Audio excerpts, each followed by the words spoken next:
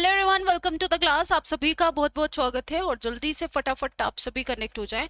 आज का टॉपिक जो है वो आप सभी के लिए बहुत महत्वपूर्ण होने वाला है, क्योंकि आज आपको पढ़ना है नेशनल करिकुलम फ्रेमवर्क 2005, जो आपके जितने भी टीचिंग एग्जाम्स होते हैं उन सभी के लिए बहुत महत्वपूर्ण होता है। ठीक है, एनसीएफ 2005 जो है ये सभी एग्जाम्स के लिए महत्वपूर्ण होता है, तो ये आज का आपका टॉपिक है। पहले हम टॉपिक स्टार्ट करते हैं, उसके बाद हम इससे रिलेटेड कुछ एमसीक्यूज सॉल्व करेंगे। ठीक है, एनसीएफ 2005 हमारा आज का टॉपिक रहेगा, और ये टॉपिक मैं फिर से बता दूं आप सभी बच्चों को। और सॉरी, आज थोड़ा सेशन आपका लेट हो गया। ठीक है, वैसे जब टाइम पे होता है तो आप सभी कभी कभार लेट होते हैं ना, तो आज मेरा टाइम था भाई लेट होने का, तो आज थोड़ा सा मेरा टाइम। एनसीएफ 2005 की बात की जाए, एनसीएफ 2005 बहुत महत्वपूर्ण है। आप सभी को पता है, जब बच्चे होते हैं, बच्चे बड़े जिज्ञासु प्रवृत्ति के होते हैं, और वो खेल, उनकी रुचि जो है, उनका इंटरेस्ट जो है वो खेल में ज्यादा रहता है कि कैसे सीखें कैसे नहीं सीखे। तो सबके दिमाग में आता है कि बच्चों को कैसे सिखाया जाए, क्या सिखाया जाए, क्या उनके लिए जरूरी है, क्या नहीं है ये। ठीक है, तो यहां पर हम सबसे पहले बात करेंगे, जीवन की प्राथमिक अवस्था में बच्चे अपने चारों ओर की चीजों से सीखते हैं। जीवन की प्रथम अवस्था में बच्चे जो है वो अपने चारों ओर की जो उनके चारों ओर का जो वातावरण होता है उससे ज्यादा सीखते हैं। तो यहां पर आपसे सीधे से बात की गई है, प्रश्न उठता है यहां पर पहले, एनसीएफ 2005 यहां पर हम बात करें तो जीवन की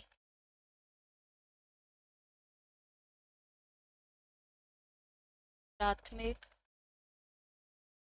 अवस्था में बच्चे क्या करते हैं, बच्चे अपने चारों ओर, ठीक है, बच्चे अपने चारों ओर की दुनिया में नई नई चीजें खोजने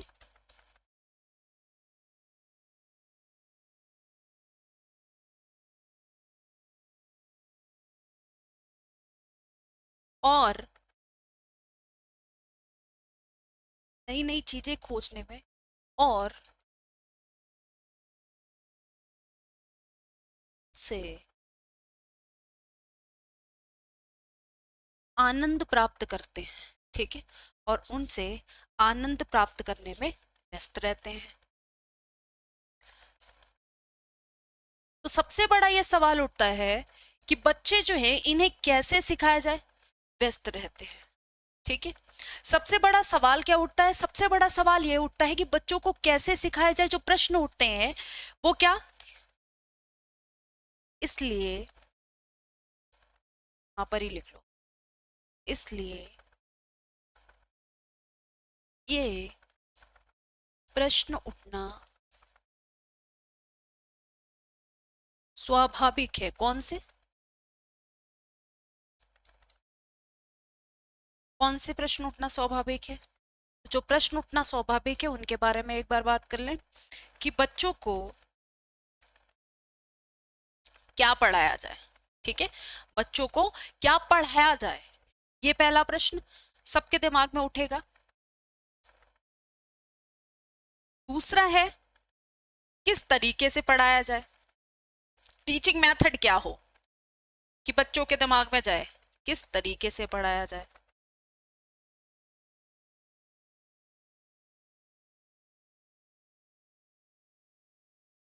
ठीक है, ये दो प्रश्न सबसे बड़े उठते हैं। इसलिए नेशनल करिकुलम फ्रेमवर्क जो है इसने ये बताया है कि बच्चों के लिए पाठ्यचर्या क्या होनी चाहिए। ठीक है, इसने बताया है कि बच्चों के लिए पाठ्यचर्या क्या रखनी चाहिए और पाठ्यचर्या में क्या रखना चाहिए। ठीक है, यहां पर देख लो,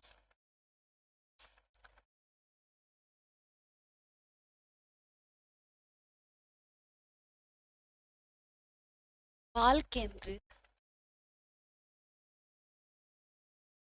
शैक्षिक संकल्पना को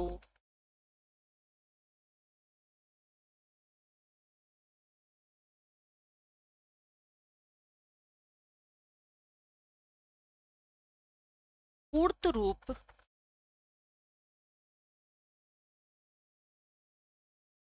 देने का सबसे बेहतर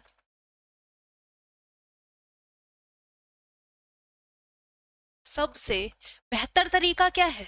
तो सबसे बेहतर या सबसे सशक्त माध्यम क्या है बेटा? पाठ्यचर्या। ठीक है, क्या है? तो ये याद रखिएगा, पाठ्यचर्या है, पाठ्यचर्या।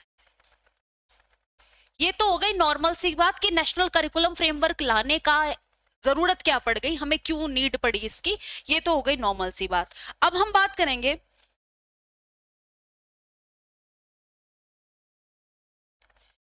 इन सभी तथ्यों को ध्यान में रखते हुए, ठीक है, इन सभी तथ्यों को ध्यान में रखते हुए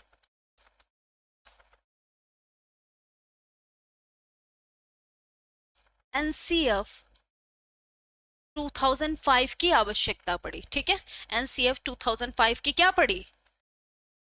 हम कह सकते हैं एनसीएफ 2005 आवश्यकता में आया,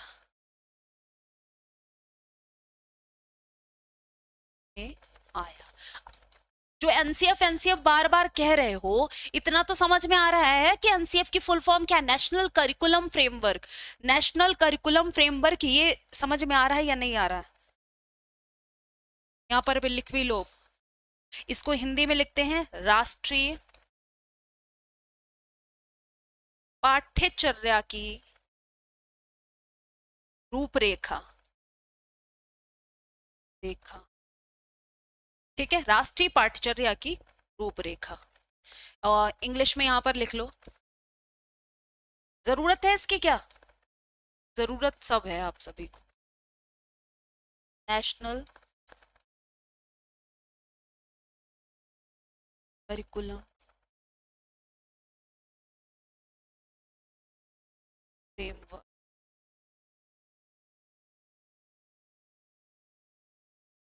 ठीक है, अब इसके बाद हमें पढ़ना होता है कि नेशनल करिकुलम जो फ्रेमवर्क आया है, नेशनल करिकुलम जो फ्रेमवर्क आया है, इसके प्रमुख सिद्धांत क्या हैं? बताओ।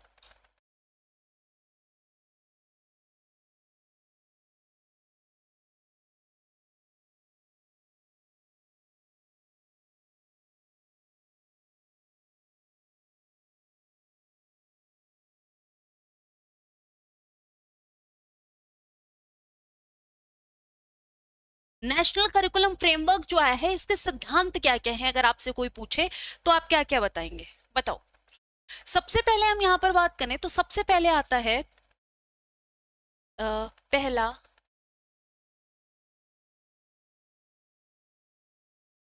ज्ञान को स्कूल के बाहर के जीवन से जोड़ना। ठीक है,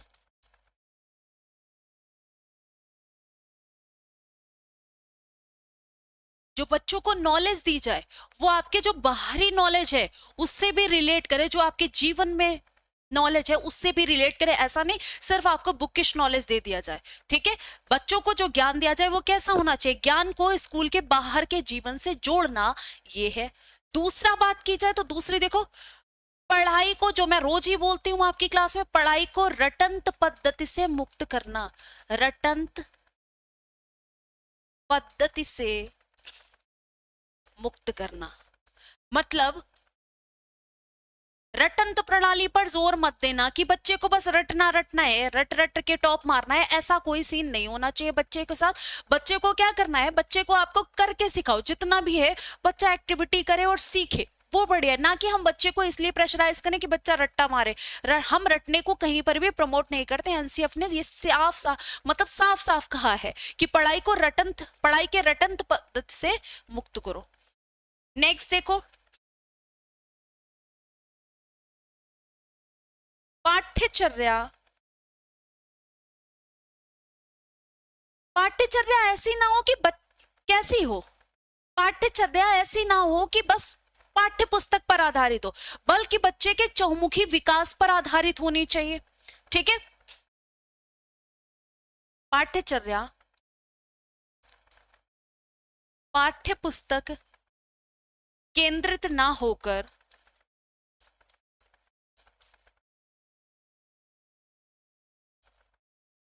बच्चे के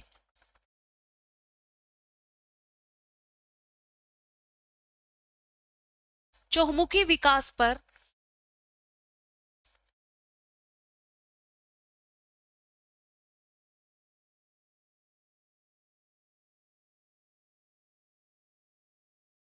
चहुमुखी विकास की ओर उन्मुख हो।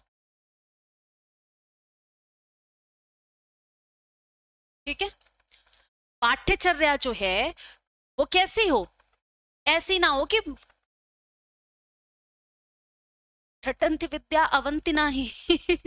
हाँ, रटने वाली विद्या से आपका कल्याण नहीं होने वाला, ये तो है। परसेंटेज आ जाएंगे 12th में, 10th में, ठीक है, जो भी आप ग्रेजुएशन करेंगे उसमें, लेकिन आपको कोई भी आप कंपटीशन मीट कर लो, वहां पे दिक्कत है, वहां पे आपका दिक्कत है। ठीक है, तो यहाँ पर ये ध्यान रखिएगा, ये भी आपका इंपॉर्टेंट पॉइंट है। जो परीक्षाएं होती हैं, ठीक है, अब ये जो परीक्षाएं पहले होती थी बहुत ज्यादा टफ होती थी कि अगर आपके आंसर गलत आ गया, आपने पूरे स्टेप सही फॉलो करे हुए हैं, लेकिन क्या होता था, काट कूट के बराबर, क्योंकि आपका आंसर ही गलत आ रहा। लेकिन अब क्या करा गया, इसको भी थोड़ा सा इजी बनाया गया। पता चले आपने कितने भी महीने पढ़ा हो, आपका पूरा सिलेबस आ रहा है, ठीक है, तो अब क्या कर दिया गया, परीक्षा को अपेक्षाकृत अधिक लचीला बनाना।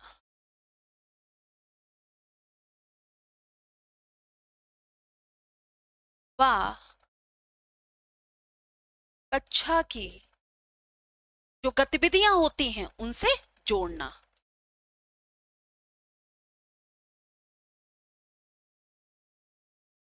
गतिविधियों से जोड़ना, जैसे आपने देखा होगा एग्जाम्स में क्या होने लगा कि ओरल टेस्ट भी होगा, आपके जो आप पूरे साल बिहेवियर करते हो, आपका पूरे साल जो फीडबैक रहता है उसके भी नंबर मिलेंगे, है ना। तो ये क्या किया गया है, ये परीक्षा को अपेक्षाकृत पहले से बहुत अधिक लचीला बना दिया गया है, वह कक्षा की गतिविधियों से भी जोड़ा गया है। कक्षा में जो आप एक्टिविटीज करते रहते हो एक्स्ट्रा, उनको भी उसमें एड ऑन किया गया है, ये भी ध्यान रखिएगा।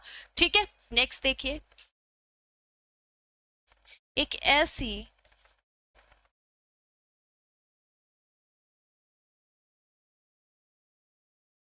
पहचान का विकास जिसमें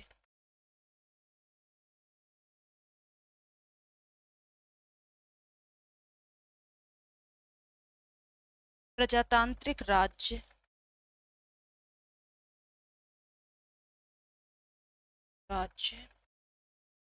व्यवस्था के अंतर्गत राष्ट्रीय चिंताएं भी शामिल हों।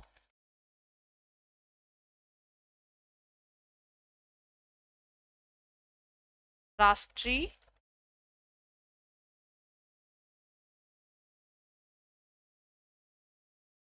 चिंताएं भी शामिल हों। ठीक है, एक ऐसी पहचान का विकास जिसमें प्रजातांत्रिक राज्य व्यवस्था के अंतर्गत राष्ट्रीय चिंताएं भी शामिल हों।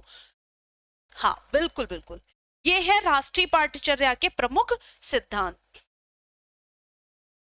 अब राष्ट्रीय पाठ्यचर्या रूपरेखा जो हम बार बार कह रहे हैं, इसकी रूपरेखा प्रस्तुत किसने की, इसका फ्रेमवर्क जो है वो प्रस्तुत किसने किया। अगर आपसे कोई ये पूछे तो अब आपका आंसर क्या होगा, बताओ। राष्ट्रीय जो हम बात कर रहे हैं बार बार,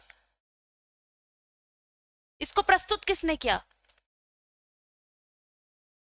एनसीईआरटी द्वारा। ठीक है, एनसीईआरटी द्वारा क्या किया गया, द्वारा राष्ट्रीय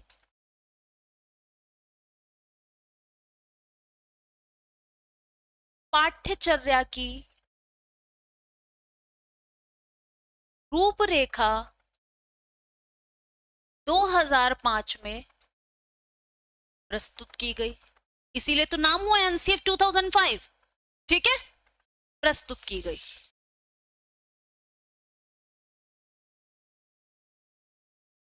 ये किस लिए, अब इसका काम क्या है, इसका काम क्या है, अगर आपसे कोई पूछे जो एनसीएफ 2005 है इसका काम क्या है?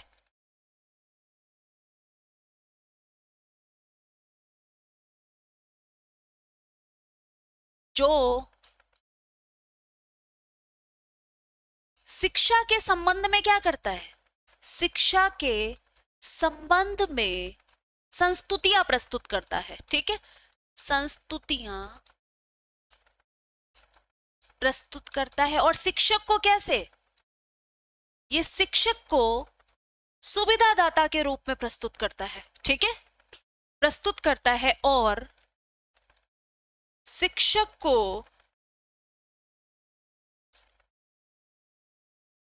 सुविधादाता की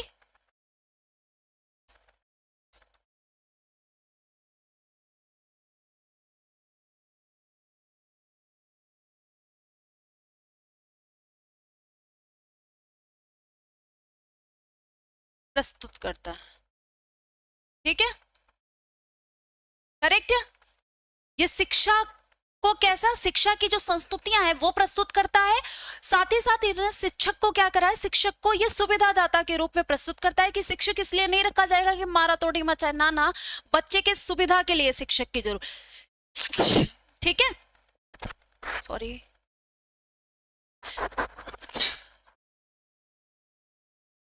ये ध्यान रखिएगा। तो शिक्षक को सुविधादाता की भूमिका के रूप में प्रस्तुत करता है, ये आपका एनसीईआरटी द्वारा प्रस्तुत किया गया है, यहां पर ये ध्यान रखिएगा, ठीक है।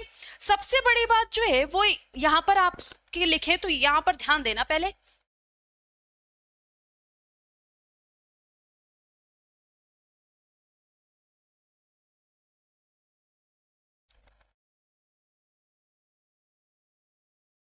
जो मेन बातें फिलहाल हम लिख चुके हैं, लेकिन फिर भी एनसीएफ 2005 क्या करता है,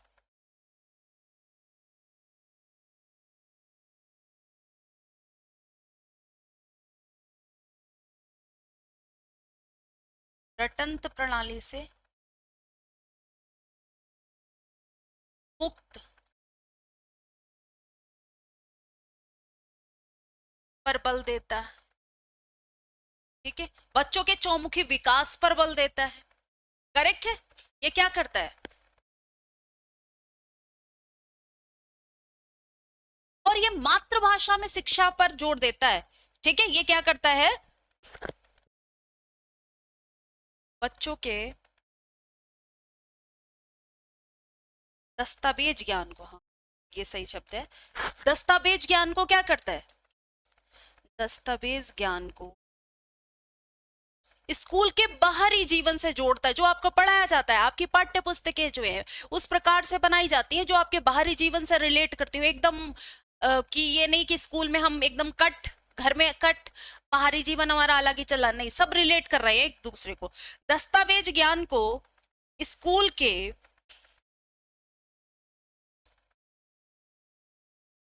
बाहरी जीवन से जोड़ना, साथ ही साथ क्या करना, रटंत प्रणाली पर का एकदम पुरजोर विरोध करना, साथ ही साथ बालकों को, मैं बोलती हूं ना, बालकों को मातृभाषा में शिक्षा दी जाए, मातृभाषा में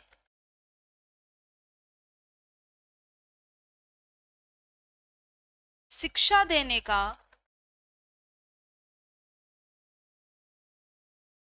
प्रावधान करता है, प्रावधान करता है। यानी एनसीएफ 2005 में ये भी बात रखी गई कि बच्चे को उसके मातृभाषा में ही शिक्षा दी जाए, बच्चा सबसे पहले अपनी मातृभाषा सीखता है और मातृभाषा में ही सीखना शुरू करता है। अगर हम पहले उसे अंग्रेजी और हिंदी पढ़ाने लगे, पता चले बच्चा जो है वो अंग्रेजी हिंदी नहीं समझ रहा, तो उसको दिक्कत होगी, वो आपसे सवाल जवाब नहीं कर पाएगा, है ना। तो ये ध्यान रखिएगा, बालकों को मातृभाषा में शिक्षा देने का प्रावधान करता है कौन, एनसीएफ 2005, एनसीएफ 2005, ये ध्यान रखिएगा।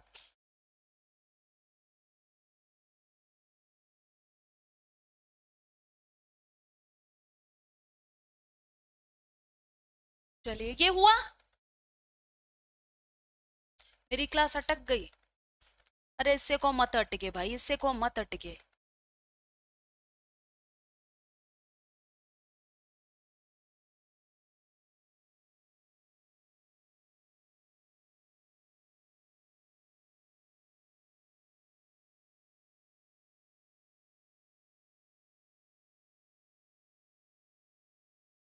एक दृष्टि में अगर हम एनसीएफ 2005 की बात करें तो इसके कुछ अध्याय दिए गए हैं। ठीक है, एक बार रिफ्रेश कर लो बच्चा, एक बार रिफ्रेश कर लो। बाकी मेरे में तो चल रही है, मेरे फोन में मैं देख रही है, अभी चल रही है। सबसे पहले अध्याय 1, इसमें क्या बताया गया? इसमें किसकी बात की गई है? ध्यान रखिएगा, अध्याय 1 में परिप्रेक्ष्य की बात की गई।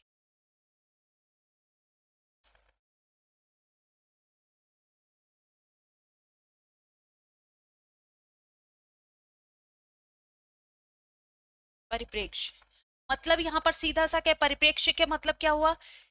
परिप्रेक्ष्य में शिक्षा की गुणवत्ता, शिक्षा की गुणवत्ता क्या हो? जैसे आप कोई चीज लेने जाते हो तो उसकी गुणवत्ता चेक करते हो ना, तो वैसे ही शिक्षा की गुणवत्ता। शिक्षा के सामाजिक संदर्भ क्या है? शिक्षा के सामाजिक संदर्भ,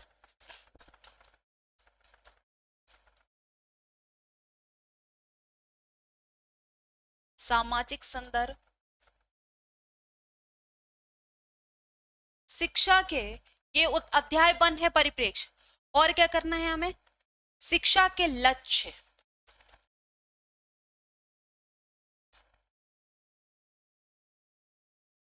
का निर्धारण, बच्चे को क्या पढ़ाया जाए, कैसे पढ़ाया जाए, ठीक है, क्या लक्ष्य है, वो अध्याय 1 में रखा गया। ठीक है, दूसरा अध्याय क्या है? अध्याय 2, सीखना और ज्ञान। अध्याय 2 के अंतर्गत आता है आपका सीखना और ज्ञान।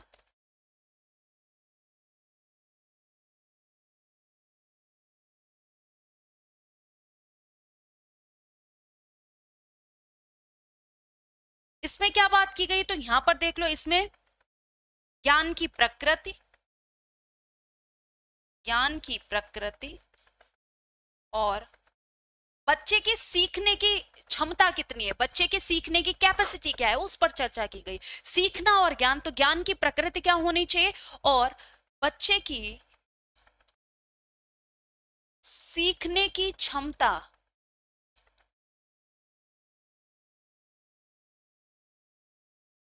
क्या है,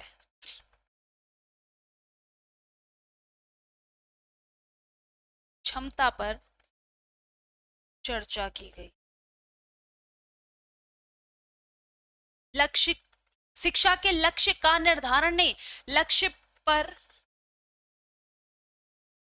विचार किया गया। इसमें ये निर्धारण होता है कि भाई विचार किया जाएगा इन सब पॉइंट्स पर।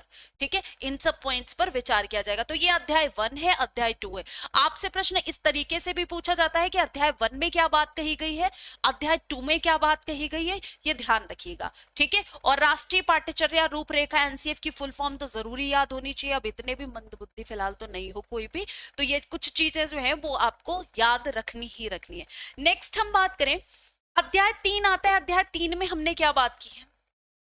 फिर आता है आपका अध्याय 3।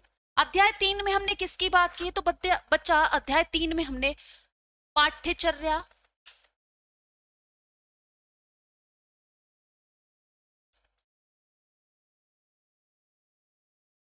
पाठ्यचर्या क्षेत्र, स्कूल की अवस्थाएं, ठीक है, स्कूल की अवस्थाएं क्या क्या हैं और उनका आकलन। पाठ्यचर्या क्षेत्र, स्कूल की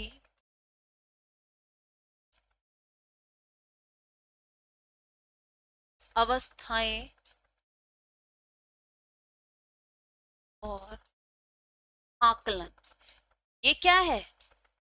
ये पाठ्यचर्या 3 है, ये सॉरी अध्याय 3 है। ठीक है, अध्याय 3 में क्या बात की गई? ये अध्याय 3 में बात की गई है कि पाठ्यचर्या क्षेत्र क्या होना चाहिए, ठीक है, स्कूल की अवस्थाएं क्या हो और उनका आकलन। ठीक है,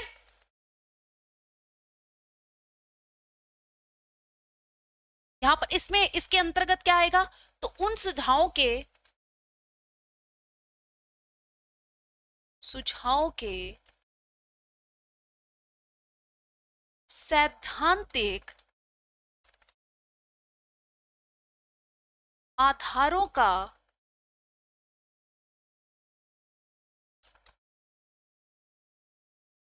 निरूपण किया जाए, ठीक है, उन सुझावों के सैद्धांतिक आधारों का निरूपण किया जाए जिसमें क्या होता है, जो पाठ्यचर्या के विभिन्न क्षेत्रों के लिए दिए गए हैं, जो पाठ्यचर्या के विभिन्न क्षेत्रों के लिए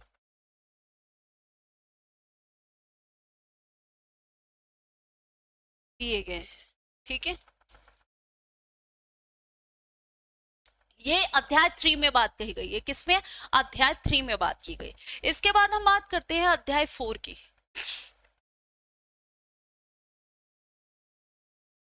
इसमें बात की गई विद्यालय और कक्षा का वातावरण कैसा होना चाहिए, विद्यालय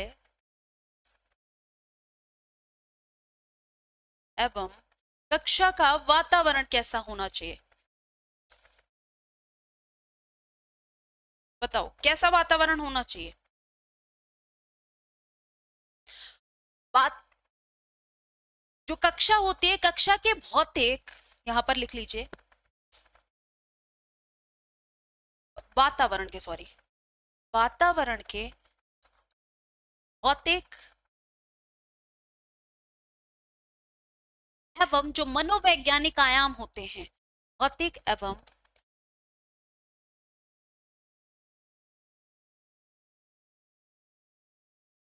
मनोवैज्ञानिक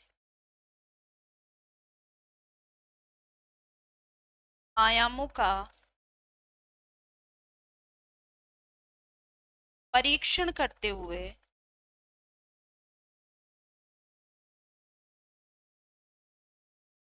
यह प्रस्तुत किया गया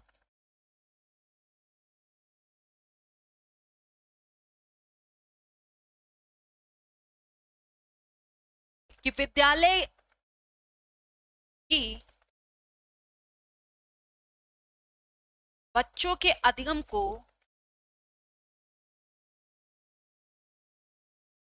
कि हाँ, बच्चों के सीखने में, बच्चों के अधिगम में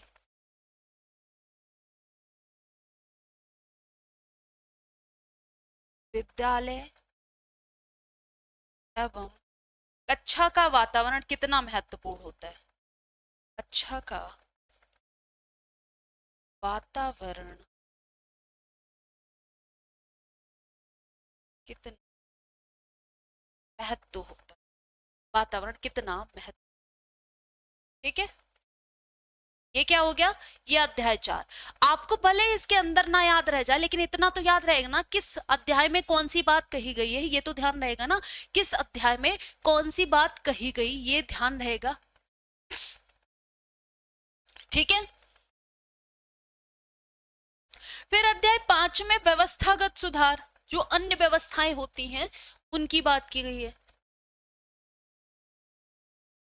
ठीक है, जो बच्चा अपने यूज में लाता है, जो उसके यूज की चीजें हैं, उनकी बात की गई है। तो व्यवस्थागत सुधार, इसके अंतर्गत किसकी बात की गई है, व्यवस्थागत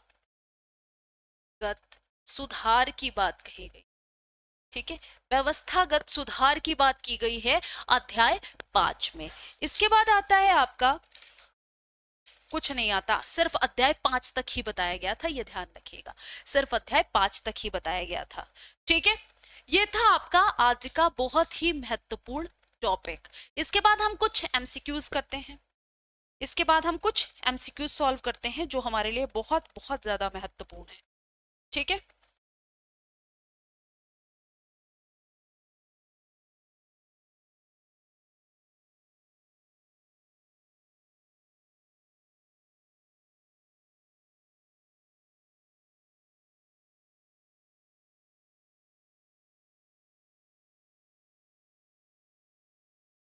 इसके बाद हम कुछ एमसीक्यूज देखते हैं जो हमारे लिए बहुत महत्वपूर्ण है।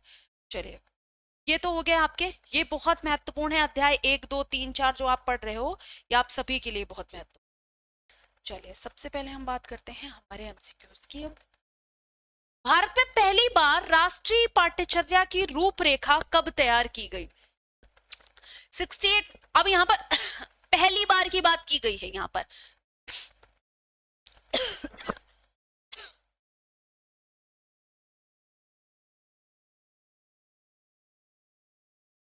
जल्दी से बताओ, when was the national curriculum framework, ठीक है, curriculum framework prepared for the first time in India. हमने तो पढ़ा नेशनल करिकुलम फ्रेमवर्क 2005, लेकिन सबसे पहले राष्ट्रीय रूपरेखा जो है वो कब तैयार की गई पाठ्यचर्या की? 68, 69, 70 या 71? कौन सा ऑप्शन आपका करेक्ट है बच्चा? ध्यान रखिएगा, अगर पहली बार आपसे कोई पूछी जाए तो पहली बार जो एनसीएफ है वो आया था 1968 में, ठीक है, 1968 में पहली बार तैयार किया गया था। और इसने क्या किया था?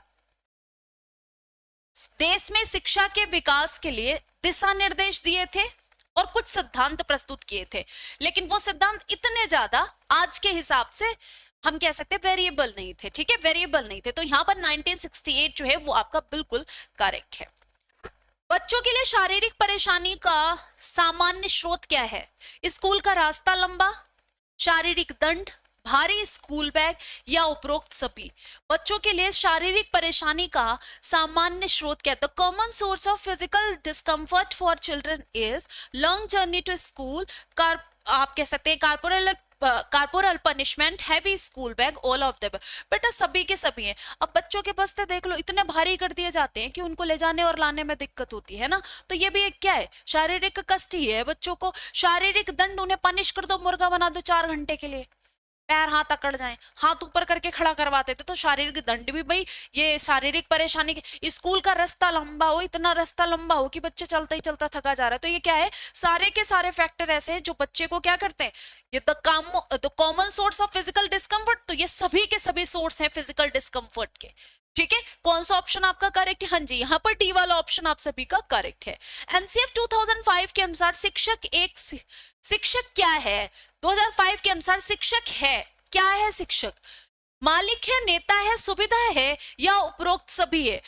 एनसीएफ 2005 की जो हमने बात की, हमने क्या कहा? एनसीएफ 2005 में ये साफ स्पष्ट किया गया है कि यहां पर देख लो,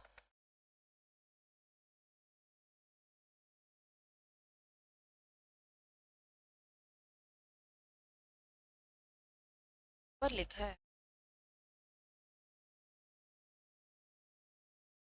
मैंने कहीं तो लिखवाया था सुविधा दाता के रूप में प्रस्तुत किया है, ठीक है।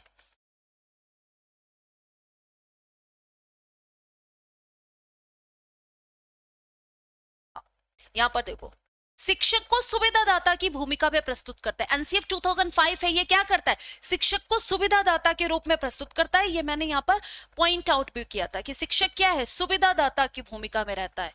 किसने? एनसीएफ 2005 ने कहा है। उसको मारने पीटने के लिए नहीं बने हो शिक्षक। तो यहाँ पर करेक्ट आंसर क्या हो जाएगा? एनसीएफ 2005 के अनुसार शिक्षक है क्या है? सुविधा है, एक फैसिलिटेटर है, ठीक है, फैसिलिटेटर है। ये क्या है? फैसिलिटेटर है। तो यहाँ पर करेक्ट आंसर क्या हो जाएगा? आप सभी का करेक्ट आंसर जो है वो सी वाला ऑप्शन होना चाहिए। कौन सा? सी वाला ऑप्शन आप सभी का बिल्कुल करेक्ट है। नेक्स्ट देखो, क्या आप इस कथन से सहमत हैं? राष्ट्रीय पाठ्यचर्या के अनुसार शिक्षक ज्ञान का सह निर्माता है। शिक्षक ज्ञान का सह निर्माता है। आंशिक रूप से सहमत है, दृढ़ता पूर्वक सहमत है या सहमत ही नहीं है? जल्दी से बताएंगे कौन सा ऑप्शन यहाँ पर करेक्ट है, फटाफट से बताएं।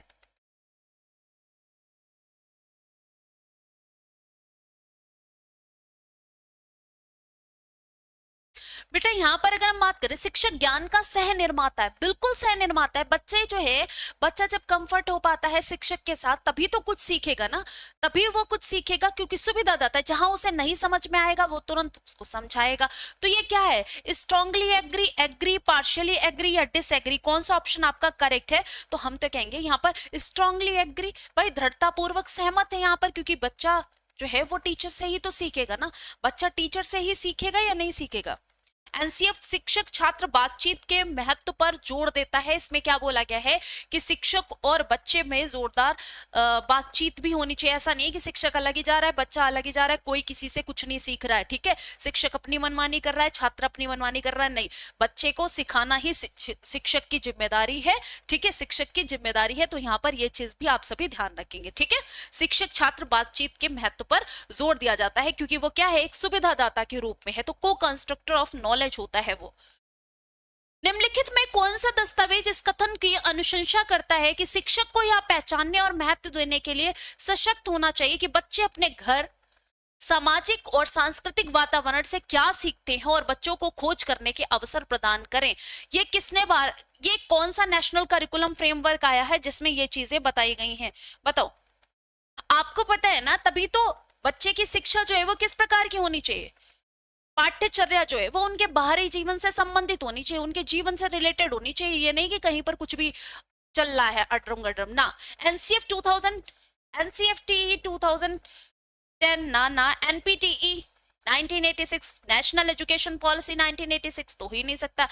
एनसीएफ 2005 में ये चीज बोली गई है कि भाई क्या शिक्षक को यह पहचानने और महत्व देने के लिए सशक्त होना चाहिए कि बच्चे अपने घर, सामाजिक और सांस्कृतिक वातावरण में क्या सीखते हैं, कैसे सीखेंगे। ठीक है, तो यहां पर आपका करेक्ट आंसर एनसीएफ 2005 है।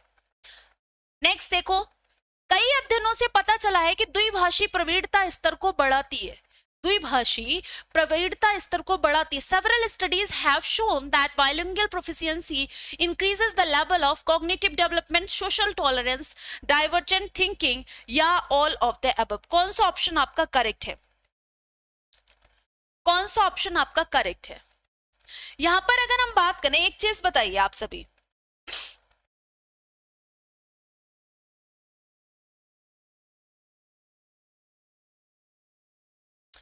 जब बच्चा आप द्विभाषी होते हैं, दो दो भाषाएं बोल लेते हैं, पहली बात तो आप में कॉन्फिडेंस रहता है या नहीं? आप कॉन्फिडेंस जो है वो पहले से ही रहता है, तो ये सबसे बड़ी बात है। तो संज्ञानात्मक विकास, सामाजिक सहिष्णुता, आप सोसाइटी में अच्छे से लोगों की बातें समझ सकते हो, सुन सकते हो। अब आपको खाली अपनी मदर टंग आती हो, इसके अलावा कोई टंग ना आती हो, मतलब कोई भाषा ना आती हो, कोई लैंग्वेज नहीं आती हो, तो भी तो दिक्कत होती है ना। आप चीजों को समझ ही नहीं सकते, कोई कुछ भी बोल के चला जाए, तो ये भी दिक्कत वाली। विविध सोच, डाइवर्जेंट थिंकिंग, तो ये सभी के प्रवीणता स्तर को कौन बढ़ाएगा? द्विभाषी प्रवीणता स्तर को कौन बढ़ाता है? संज्ञानात्मक विकास भी, सामाजिक सहिष्णुता भी, विविध सोच भी, तो ये उपरोक्त सभी होगा। All of the above correct, बिल्कुल करेक्ट है। एनसीएफ 2005 के अनुसार अंग्रेजी पढ़ाने का उद्देश्य क्या होता है? अंग्रेजी पढ़ाने का उद्देश्य क्या है, जल्दी से बताओ।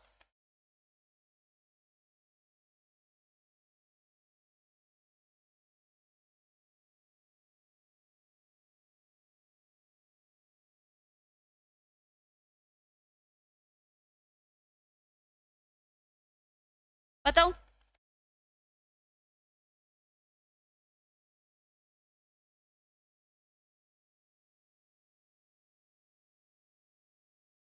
अंग्रेजी पढ़ाने का उद्देश्य क्या है? अंग्रेजी पढ़ाने का उद्देश्य यही तो है कि चार लोग अगर आप कोई इंग्लिश वाला बोल दे आके, तो आप मुंह मत बाओ, आपको पता हो ना।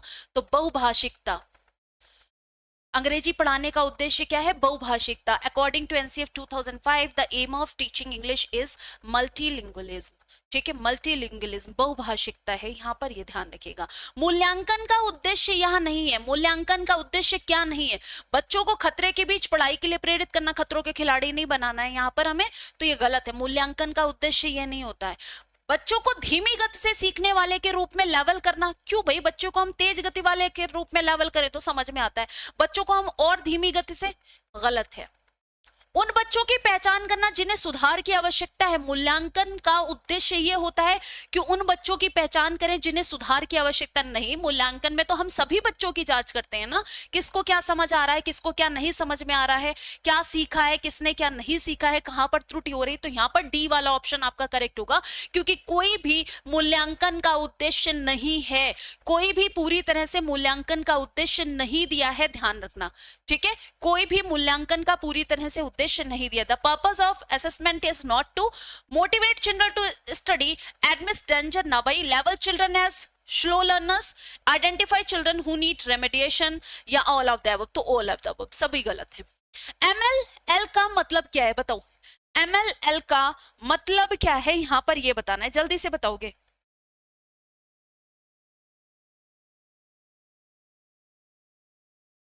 एमएलएल का मतलब क्या है, जल्दी से बताओगे। सीखने का न्यूनतम स्तर, सीखने का अधिकतम, सुनने का न्यूनतम, इनमें से कोई नहीं। MLL means minimum level of learning, maximum level of learning, minimum level of listening. पहली बात तो लिसनिंग नहीं होता, ये हटा दो। अब मिनिमम मैक्सिमम में अगर आपको कोई भी कंफ्यूजन है तो याद रखिएगा, MLL means minimum level of learning, ठीक है, सीखने का न्यूनतम स्तर, सीखने का न्यूनतम स्तर, ये ध्यान रखिएगा, ठीक है, मानक स्तर भी इसको कहा जाता है।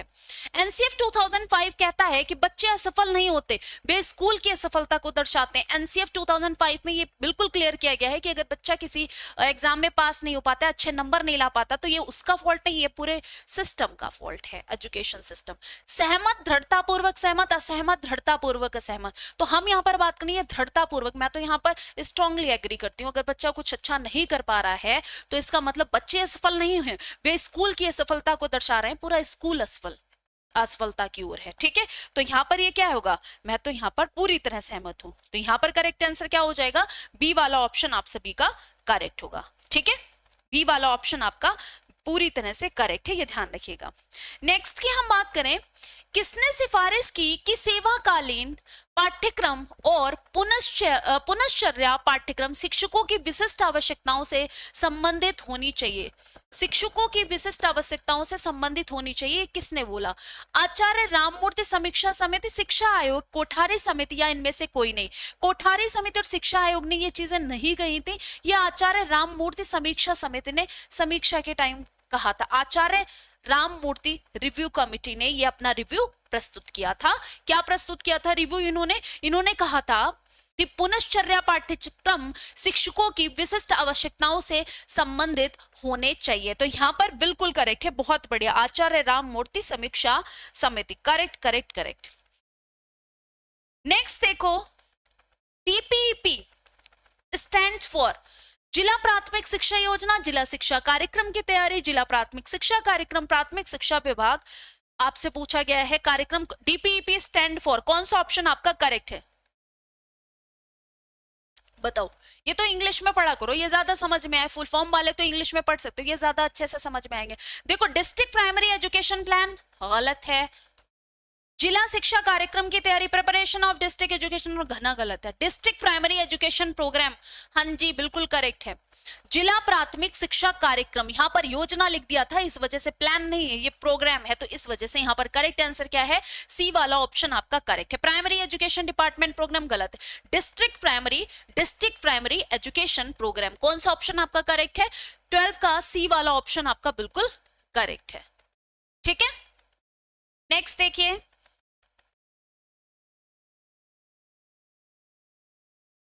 एक शिक्षक को अपने अंदर के बच्चों को समझाना चाहिए, क्या समझाना चाहिए अपने अंदर के बच्चे को, सामाजिक संदर्भ, सांस्कृतिक संदर्भ, राजनीतिक संदर्भ। A teacher should understand children within themself, बताओ, social context, cultural, political, all of the above. तो बच्चे को सब कुछ समझाना चाहिए, यहाँ पर all of the above correct होगा। हर संदर्भ में बच्चे को समझाना चाहिए, हर संदर्भ बच्चे को आना चाहिए, समझाना चाहिए। तो कौन सा ऑप्शन आपका करेक्ट हो जाएगा, आपका जो ऑप्शन करेक्ट है वो बच्चा डी वाला ऑप्शन जाएगा। शैक्षिक प्रौद्योगिकी को इस रूप में देखा जाना चाहिए, शैक्षिक प्रौद्योगिकी जो है वो उसे किस रूप में देखोगे, फटाफट से बताओ। परिशिष्ट विकल्प, सब मिलाकर, या उपरोक्त में से कोई नहीं, कौन सा ऑप्शन आपका करेक्ट है, जल्दी से बताओगे।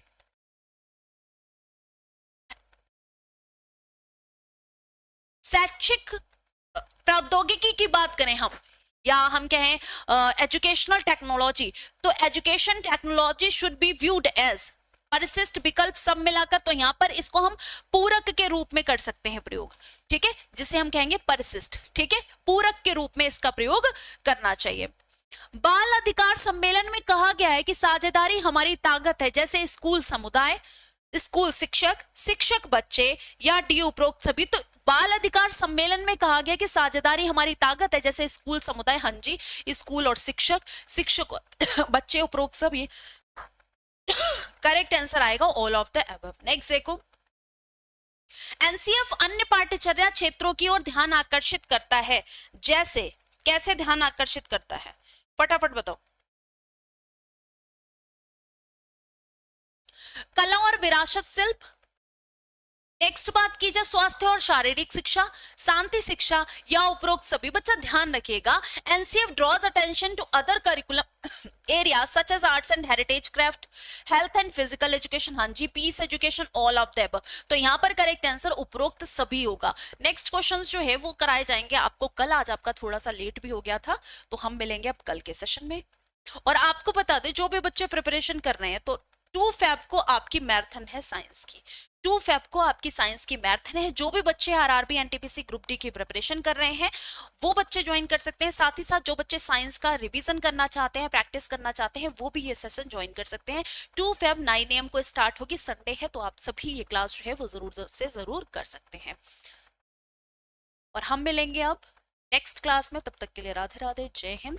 बाकी सभी बच्चे रेलवे ग्रुप डी का ये हमारा एप्लीकेशन पर बैच लॉन्च हुआ है, तो जिन बच्चों ने अभी तक हमारा ऐप डाउनलोड नहीं किया है वो सभी ऐप जरूर डाउनलोड करें। और मात्र 111 रुपए का ये बैच पड़ रहा है, जिसमें ये रेलवे के सभी एडुकेटर्स आपको पढ़ा रहे हैं। आपको कोड यूज करना है SGICC कूपन कोड, ताकि आपको डिस्काउंट भी कुछ मिलेगा। कोई इन्फॉर्मेशन चाहिए हो, कोई क्वेरी करने हो, तो आप इस नंबर पर क्वेरी कर सकते हैं। Thank you so much, bye bye, all the best, thank you so much.